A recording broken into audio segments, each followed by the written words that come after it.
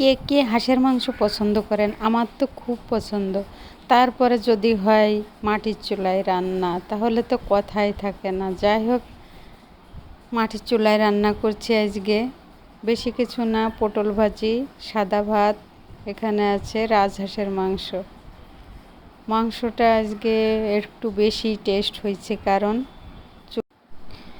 Test একটু বেশি হওয়ার কারণ হচ্ছে মাটির চুলায় রান্না। আসলে মাটির চুলায় রান্নার উপরে রান্নাই হয় না। এই তো প্রায় খাবারটা আমার প্রায় শেষই হয়ে গেল আপনাদের সঙ্গে গল্প করতে করতে। আজকে দুপুরের খাবারটা সেই মজা ছিল।